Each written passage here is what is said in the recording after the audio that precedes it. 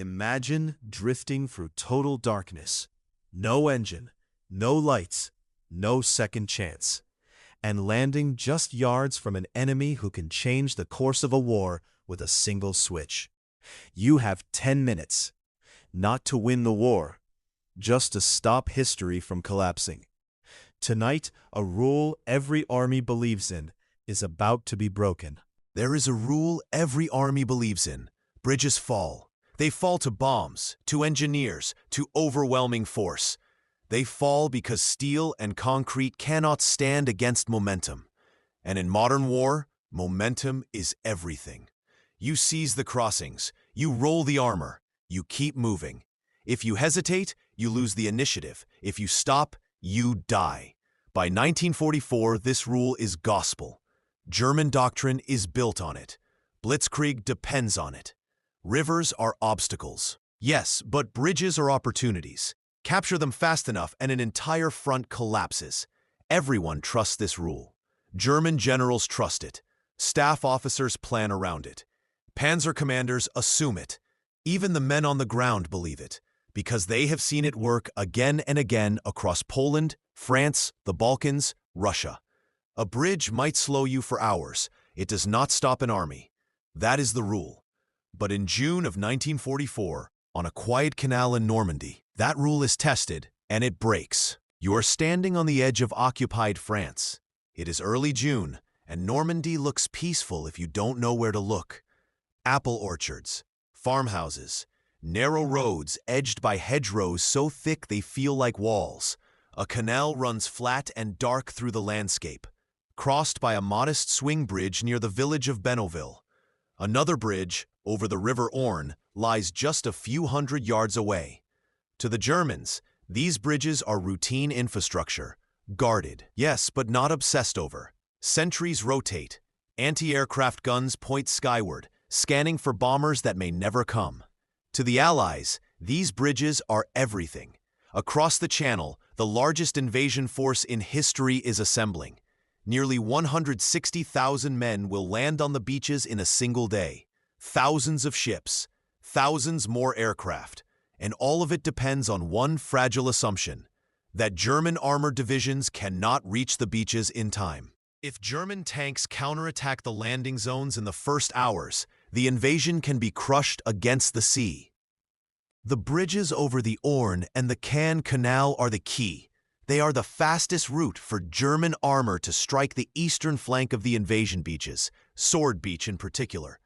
If those bridges remain in German hands, panzers can roll west before the beachhead hardens. If the bridges are destroyed, Allied forces east of the Orne are isolated and vulnerable. So the bridges must be taken intact, not bombed, not shelled, captured by hand. The plan is audacious to the point of madness. 6 gliders, no engines, no second chances. Land in the dark, within yards of the objective. Seize the bridges in minutes. Hold them against counterattack until relief arrives from the beaches. If it works, the eastern flank of D-Day is secured. If it fails, the invasion's right side collapses. The men selected for this mission know the stakes, even if they don't know the beaches yet. They clean weapons. They joke quietly. They write letters they won't be able to mail. The night of June 5th arrives heavy and still, and one man is about to be placed at the center of history. You are Major John Howard. You are 31 years old, but you look older tonight. The weight of command has settled into your face. You grew up in London. You joined the army before the war, not because you dreamed of glory, but because it was steady, because it mattered. You are not loud. You are not theatrical. You are precise. As commander of D Company, 2nd Battalion, Oxfordshire and Buckinghamshire Light Infantry, you have trained your men relentlessly. Forced marches, night assaults, live fire exercises so intense they leave hands shaking and ears ringing.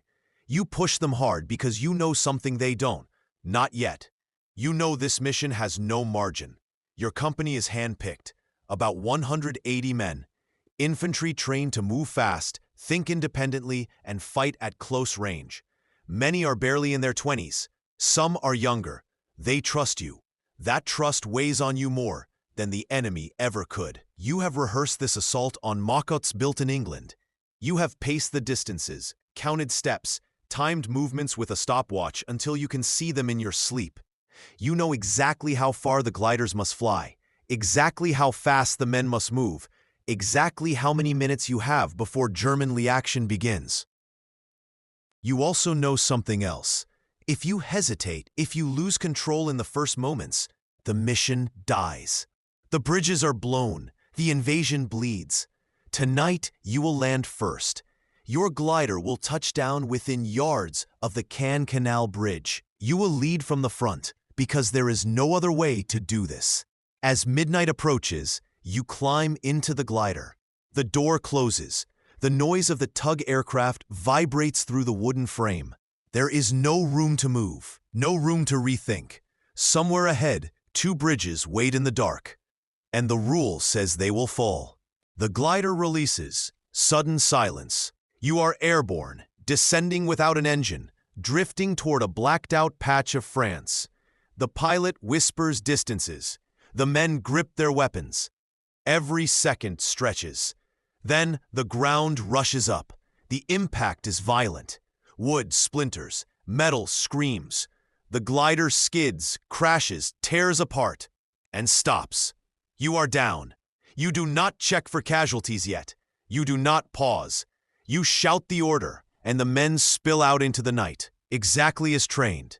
The bridge is there, closer than you dared hope. German sentries are still processing what they are seeing. 6 gliders materializing out of the darkness, landing almost on top of them. Confusion buys you seconds. Seconds buy you the bridge. You sprint forward. Gunfire erupts. Grenades explode. A German machine gun opens up from a concrete emplacement, tracer slicing the air. You feel rounds snap past your head. You do not slow. The objective is clear. Secure the bridge. Prevent demolition. Kill or capture the guards. Hold. Failure means the bridge explodes or armor crosses unchecked. Success means holding against everything the enemy can throw at you. You reach the far side. Your men fan out. Charges are cut away from detonators. German engineers are shot before they can react. Within 10 minutes, the bridge is yours. But now comes the real choice. You can pull back, consolidate, prepare to fall back if necessary.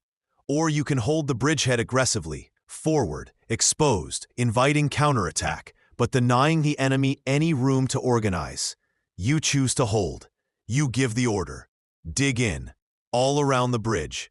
No retreat. It is just after midnight, and the bridge is quiet for exactly 1 minute. Then the first German response begins. You hear engines. Motorcycles first. A probing force. Infantry riding pillion. Rifles slung. Helmets glinting faintly. They approach cautiously, unsure of what they are facing. You let them come closer. 30 yards. 20. Then you open fire. The road erupts. Motorcycles crash. Men tumble into the ditch. Shouts in German cut through the night, sharp with disbelief. They expected a patrol. They find a company. The next attack comes heavier. Infantry advancing on foot, supported by mortars. Rounds thump into the ground around the bridge, throwing dirt and smoke. You move from position to position, crouched, shouting orders, correcting fields of fire. Your ammunition is limited. Every magazine matters. At 2 a.m., you hear something worse. Armor. A German Panzer IV rolls toward the bridge, its engine rumbling, turret searching. This is the moment the rule reasserts itself. Infantry cannot stop a tank, not alone. You have one PIAT anti-tank launcher in position, 1 shot. You watch as the gunner steadies himself. The tank keeps coming. 50 yards, 40. The PIAT fires. The projectile slams into the tank's side and detonates. Flames burst from the engine compartment. The Panzer halts, smoking, blocking the road behind it. The rule cracks. More attacks follow. Snipers, mortars, infantry pushing from multiple directions. You count casualties. You reposition men. You feel exhaustion setting in, but you do not allow it to show.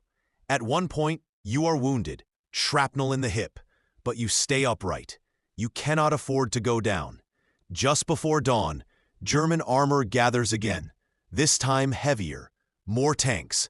Then, in the half-light, you hear a sound you have been waiting for. Bagpipes, from the west. British commandos are coming up from Sword Beach. Relief arrives. The bridge still stands. If you find this kind of forgotten military history as fascinating as we do, we'd be honored if you'd hit that subscribe button. These stories of courage and sacrifice deserve to be remembered, and subscribing helps ensure they are. When the sun rises over the canal, the ground around the bridge is littered with wreckage. German dead, destroyed vehicles, scattered equipment. Your company has taken losses, but the line holds. German commanders are stunned. Intelligence reports are confused. They cannot believe a bridge so close to the coast has fallen intact to a small airborne force. They hesitate. They reorganize. They wait for orders. That hesitation costs them everything. Panzer divisions that could have counterattacked the beaches are delayed. Routes are blocked. Timetables collapse. What they don't realize yet is that the invasion has gained its foothold. The eastern flank holds. The beachhead grows. Normandy begins. Pegasus Bridge, as it will be named, becomes a symbol, a place where the rule failed. Major John Howard survives the war. His wound heals. He never seeks fame. He speaks instead of his men, privates, corporals, lieutenants, most in their early 20s, who held a bridge against an army. Some never come home.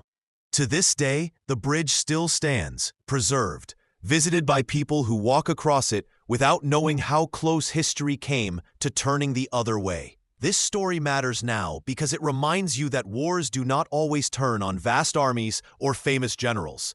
Sometimes they turn on one bridge, one decision, and a handful of men who refuse to let the rule win. If this story moved you, please hit that like button. Every click tells the algorithm this piece of history is worth remembering. We're dedicated to rescuing these forgotten stories from the archives.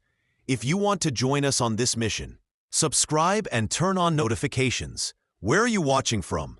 Drop a comment with your city or country and tell us if someone in your family served.